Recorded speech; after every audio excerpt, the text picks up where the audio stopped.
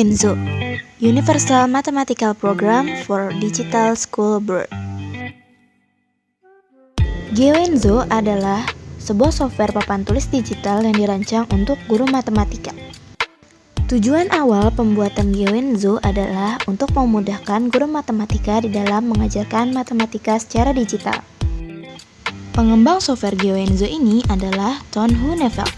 Ton Hoeneveld sendiri adalah seorang guru matematika dan komputer sains dari Netherlands. Ton Hoeneveld pertama kali membuat software GeoEnzo ini untuk memudahkan dirinya sendiri di dalam mengajarkan matematika secara digital. Namun, seiring berjalannya waktu, banyak rekan-rekannya yang meminta dirinya untuk mengupload file GeoEnzo ini di internet. Akhirnya, Ton Hoeneveld mempublish GeoEnzo di internet secara gratis. Karena Ton Hoeneveld sendiri berkeyakinan bahwa pendidikan haruslah selalu gratis. Dan sekarang GeoEnzo dapat digunakan dalam 7 bahasa yang berbeda.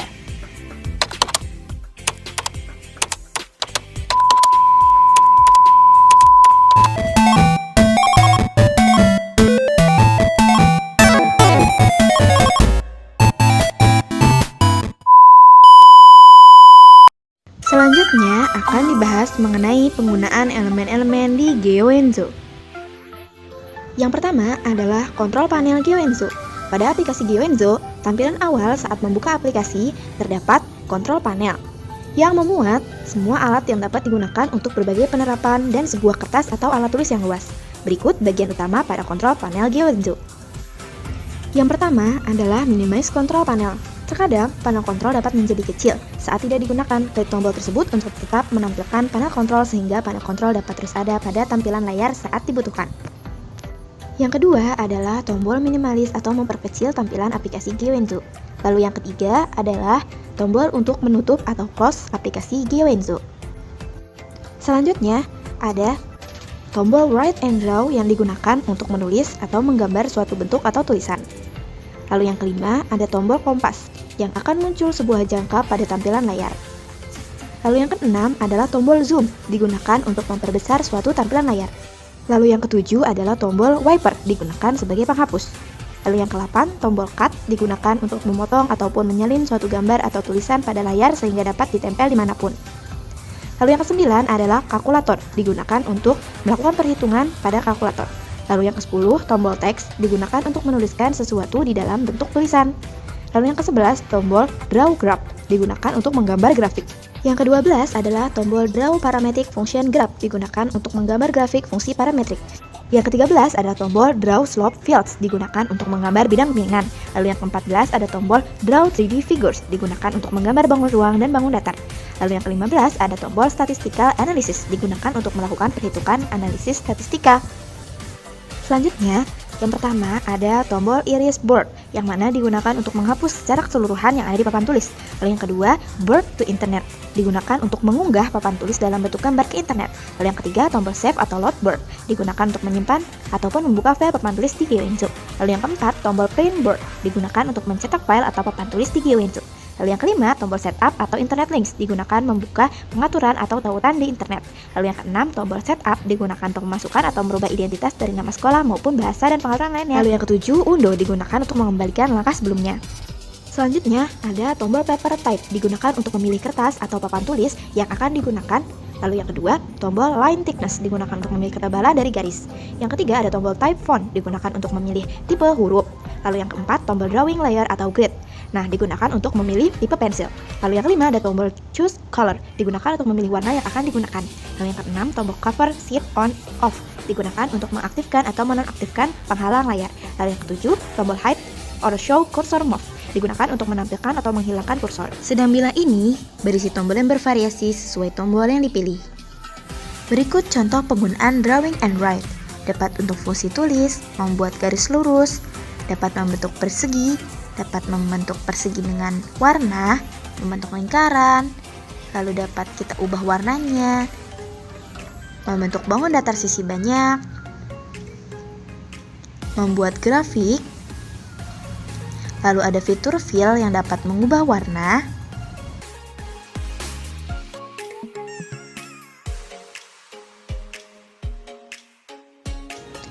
Lalu kita dapat mengubah bentuk garisnya seperti titik-titik, titik-titik dengan ujung di panah, titik-titik dengan panah ke dalam,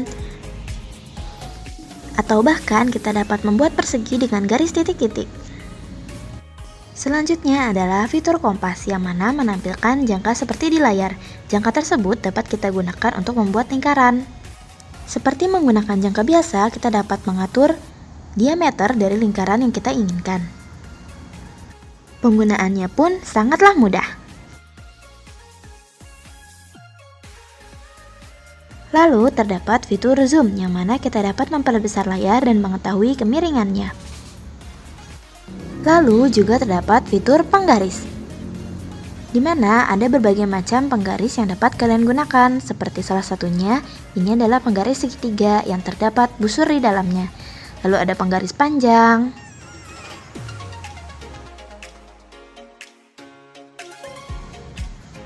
lalu terdapat penggaris lingkaran yang dapat kalian gunakan sebagai busur.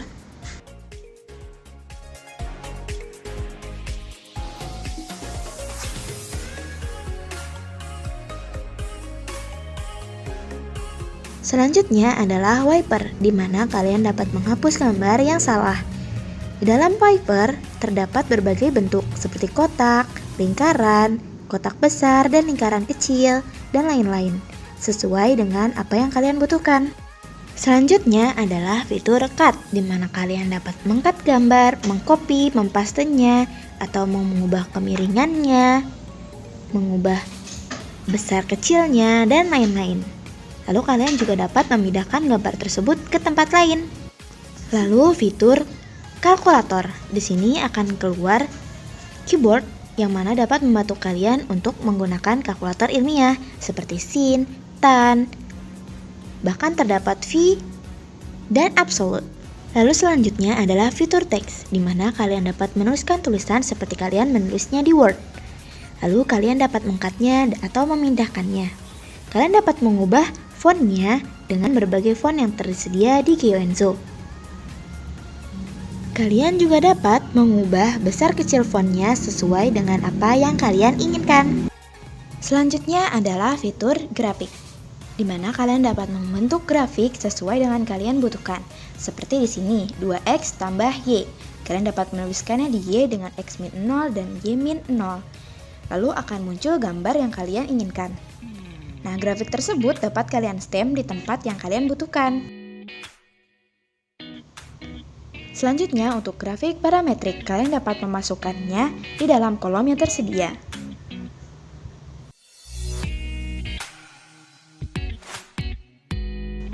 Setelah itu, akan keluar grafik yang kalian inginkan. Dan kalian dapat menstemnya di tempat yang kalian butuhkan.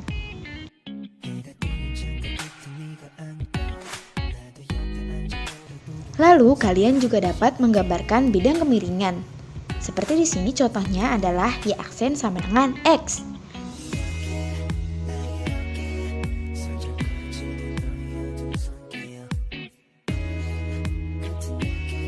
Lalu fitur Draw 3D Figure, di mana terdapat banyak bangun ruang dan juga bangun datar yang disediakan oleh Geoenzo. Lalu kalian dapat mengubahnya seperti warna, bahkan tampilan 3 dimensi yang kalian butuhkan, seperti dari sisi sebelah kanan, sisi sebelah kiri. Lalu kalian dapat menstemnya di tempat yang kalian inginkan.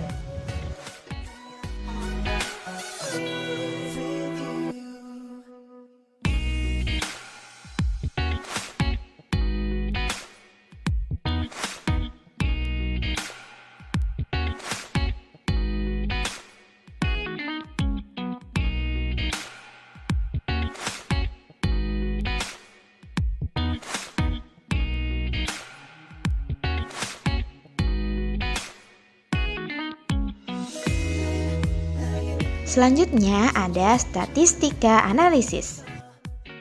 Di sini kita mencoba eksempel yang diberikan oleh Geoenzo.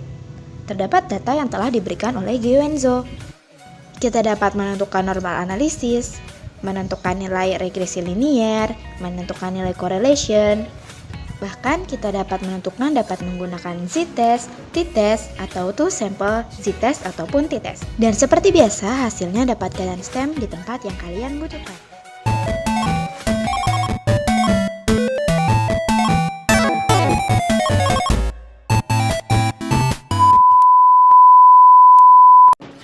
Oke, baik. Untuk yang pertama adalah soal garis dan sudut untuk SMP kelas 7 semester 2.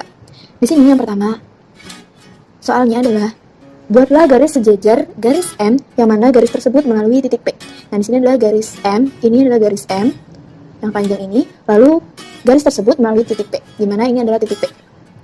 Di sini kita diminta untuk membuat garis sejajar dengan garis M. Kita gunakan bantuan penggaris yang seperti ini. Di sini ada pilihan garis, kalian bisa memilihnya. Nah, untuk mensejajarkannya, kalian bisa menyamakan garis ini lurus dengan garis M, karena yang diminta adalah sejajar dengan garis M. Karena garis tersebut melewati titik P, maka kita taruh titik P tersebut di dalam garis yang sejajar tersebut. Lalu kita tarik seperti ini.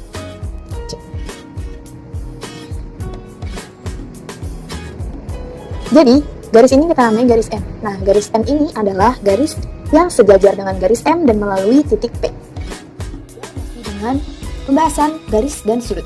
Nah, soalnya adalah apabila dua garis lurus berpotongan.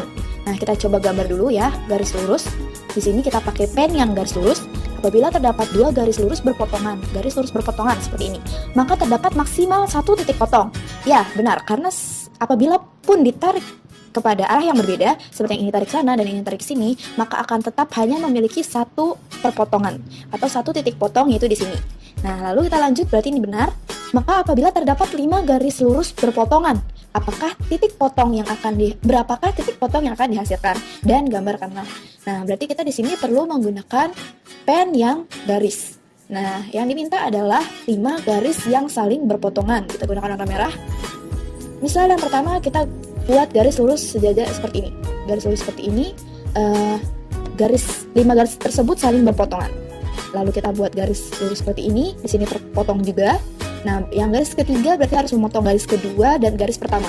Di sini sudah memotong ya untuk garis kedua, lalu terpotong juga untuk garis yang pertama, seperti ini. Nah, lalu kita bentuk garis yang keempat. Nah, untuk garis yang keempat berarti dapat kita bentuk seperti ini. Terpotong untuk garis yang pertama, terpotong untuk garis yang kedua, dan terpotong untuk garis yang ketiga. Oh, maaf. Harus diperlebar. Oke, seperti ini. Nah, ini terpotong untuk garis pertama, terpotong untuk garis kedua, dan terpotong di garis yang ketiga. Sekarang kita bentuk garis yang kelima. 1, 2, 3, 4, 5. Nah, garis yang kelima ini juga harus memotong keempat garis yang lainnya. Seperti yang ini, kita potong garis pertama, lalu di sini kita potong garis ketiga, di sini kita potong garis keempat, dan di sini kita potong garis kelima. Nah, jadi dia terpotong semua. Nah, pertanyaannya, berapakah titik potong yang akan dihasilkan dari 5 garis lurus yang saling berpotongan ini? Nah, kita ganti warnanya menjadi warna lain, misal warna biru. Nah, di sini saya menggunakan pen yang lingkaran. Nah, di sini kita lihat mana saja titik yang berpotongan. Nah, lalu misal yang ini yang pertama, ini kan untuk garis pertama dan garis keempat ini saling berpotongan di sini. Nah, lalu di sini juga ada untuk garis kedua dan ketiga juga saling berpotongan. Di sini juga menjadi titik potong antara garis pertama dan garis yang kedua. Di sini juga menjadi garis potong untuk yang pertama dan yang ketiga. Sebentar. Nah, di sini juga menjadi garis titik potong untuk yang pertama dan yang kelima. Di sini juga ada untuk yang kelima dan ketiga. Di sini ada juga untuk garis yang keempat dan kelima. Di sini juga terdapat untuk garis yang keempat dan kedua. Lalu di sini ada untuk garis kelima dan kedua. Di sini juga terdapat untuk garis yang kelima dan ketiga. Oh, maaf, sangat besar.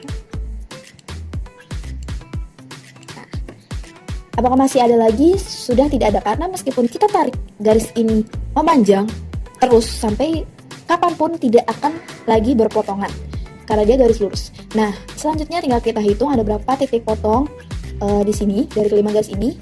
Di sini bersama 1, 2, 3, 4, 5, 6, 7, 8, 9, 10. Jadi jawabannya adalah 5 garis lurus yang saling berpotongan memiliki 10 titik potong. Baik, selanjutnya kita akan masuk ke dalam materi lingkaran untuk SMP kelas 8 semester 2. Nah, di sini materi yang kita ambil adalah mengenai garis singgung persekutuan di dalam lingkaran. Soal yang pertama adalah diketahui jarak pusat kedua lingkaran A dan B adalah 5 cm. Lalu jari-jari lingkaran A dan B berturut-turut adalah 5 cm dan 1 cm. Maka tentukanlah A, panjang garis singgung persekutuan luar lingkaran, jikalau ada. Lalu yang kedua adalah sketsa dari gambarnya, lengkap dengan garis singgung persekutuan luarnya apabila yang A ada.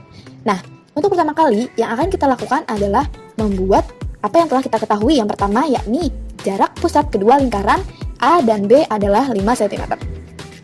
Fitur yang kita gunakan dari GeoEnzo ini adalah fitur penggaris, yang mana di sini dapat kita gunakan penggaris panjang maupun penggaris segitiga yang tadi.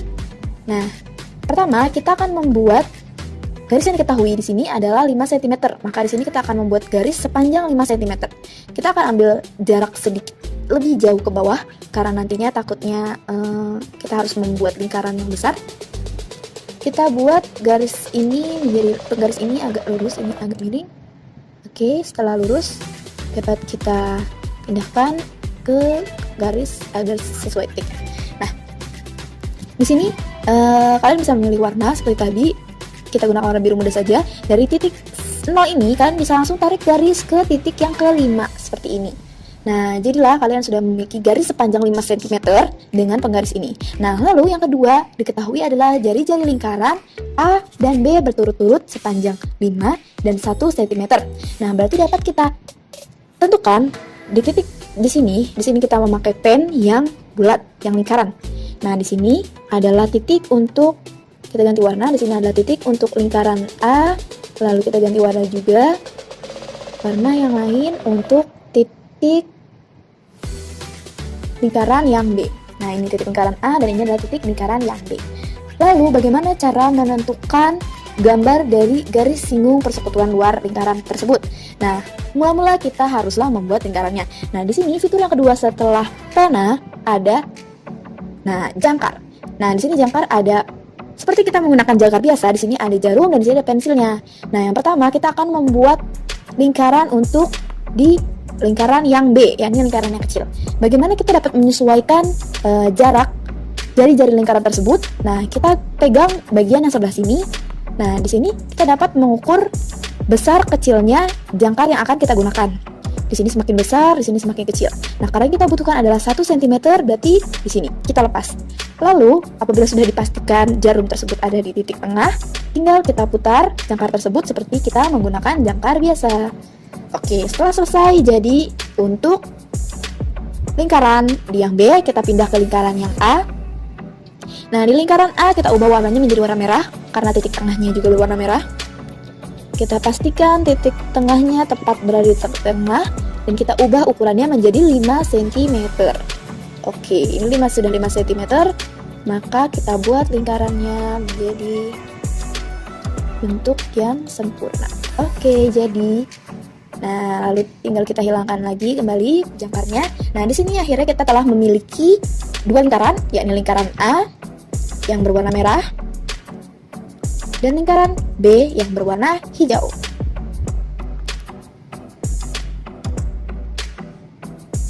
Oke, selanjutnya adalah menentukan panjang garis singgung persekutuan luar. Nah, cara mudahnya kita langsung saja menggunakan garis yang ini.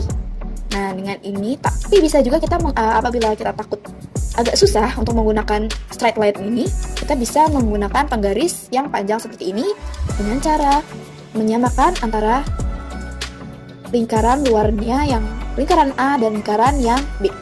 Seperti ini. Kita benarkan penggarisnya. Oke, apabila sudah terbentuk seperti ini, tinggal kita tarik garis. Kita beri warna yang lain, misal kita beri warna hitam. Tinggal kita tarik garis ke sini.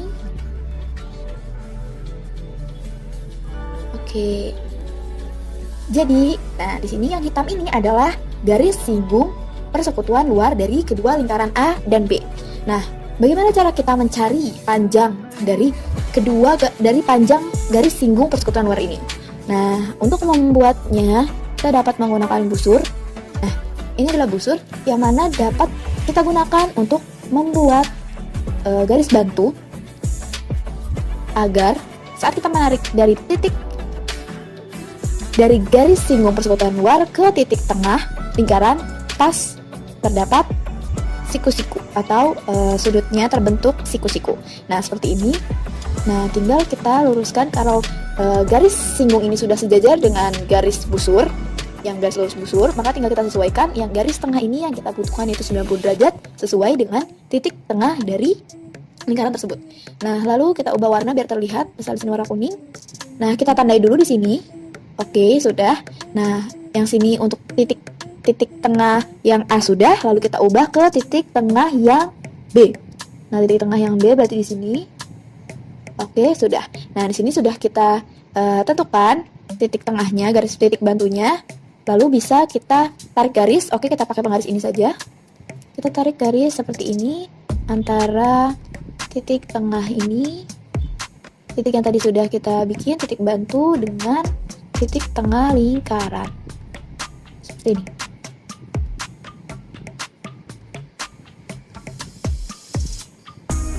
Oke, apabila sudah tinggal kita tarik garis. Set. Oke. Nah, yang ini sudah, lalu kita tarik garis yang ini. Oke. Nah, sudah jadi untuk garis A ke titik garis singgung dan B ke titik garis singgung ke garis singgung. Nah, selanjutnya kita akan menggunakan rumus Pitagoras, yang mana agar membentuk sebuah segitiga yang dapat kita hitung menjadi Pitagoras, kita membutuhkan segitiga siku-siku. Nah, di sini kita dapat menggunakan garis lurus, garis bantu ke sini, yang mana antara titik B dan ke titik sini, kita bikin saja titik C.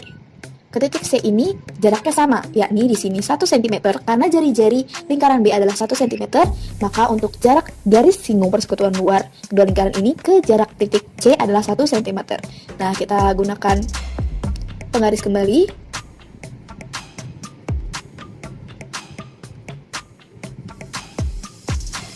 Oke, kita ukur 1 cm.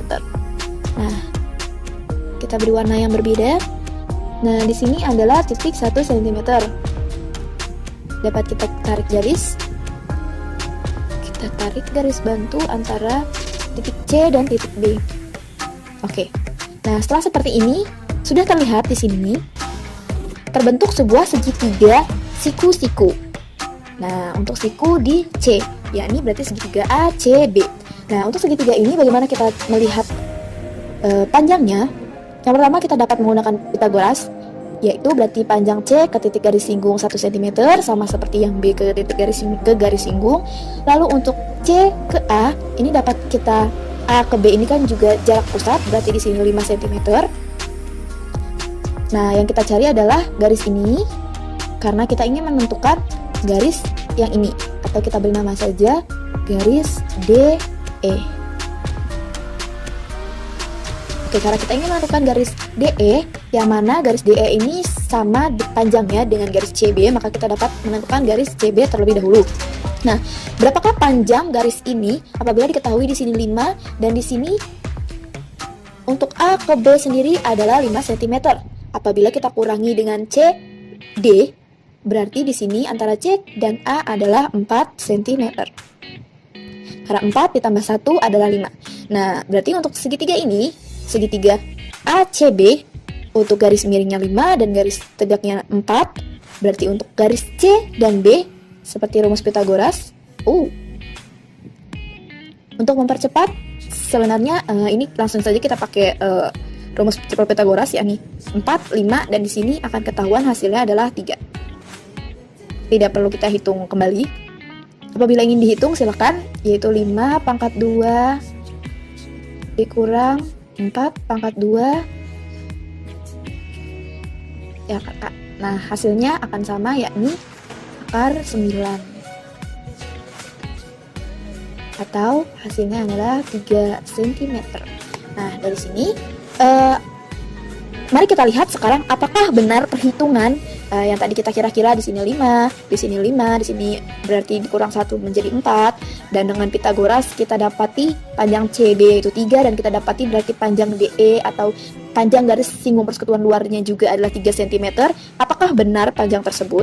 Kita akan buktikan menggunakan penggaris kembali. Nah, di sini kan tadi kita mengukurnya dengan angka yang benar ya, angka sebenar-benarnya. Berarti apabila kita menggunakan penggaris, angka yang dihasilkan dari panjang garis lurus dalam perhitungan dan penggaris akan sama. Nah, oke, ini agak miring. Oke, dapat dilihat ya, untuk garis B ke E adalah 3 cm nih, dari 0, 1, 2, 3. Berarti untuk perhitungan menggunakan Pitagoras dan perhitungan menggunakan penggaris hasilnya sama, yakni panjang garis singgung persekutuan luar dari lingkaran A dan B adalah 3 cm. Yang mana? Yang B adalah sketsa gambarnya, ini telah kita buat dan lengkap dengan garis singgungnya, yaitu D garis DE.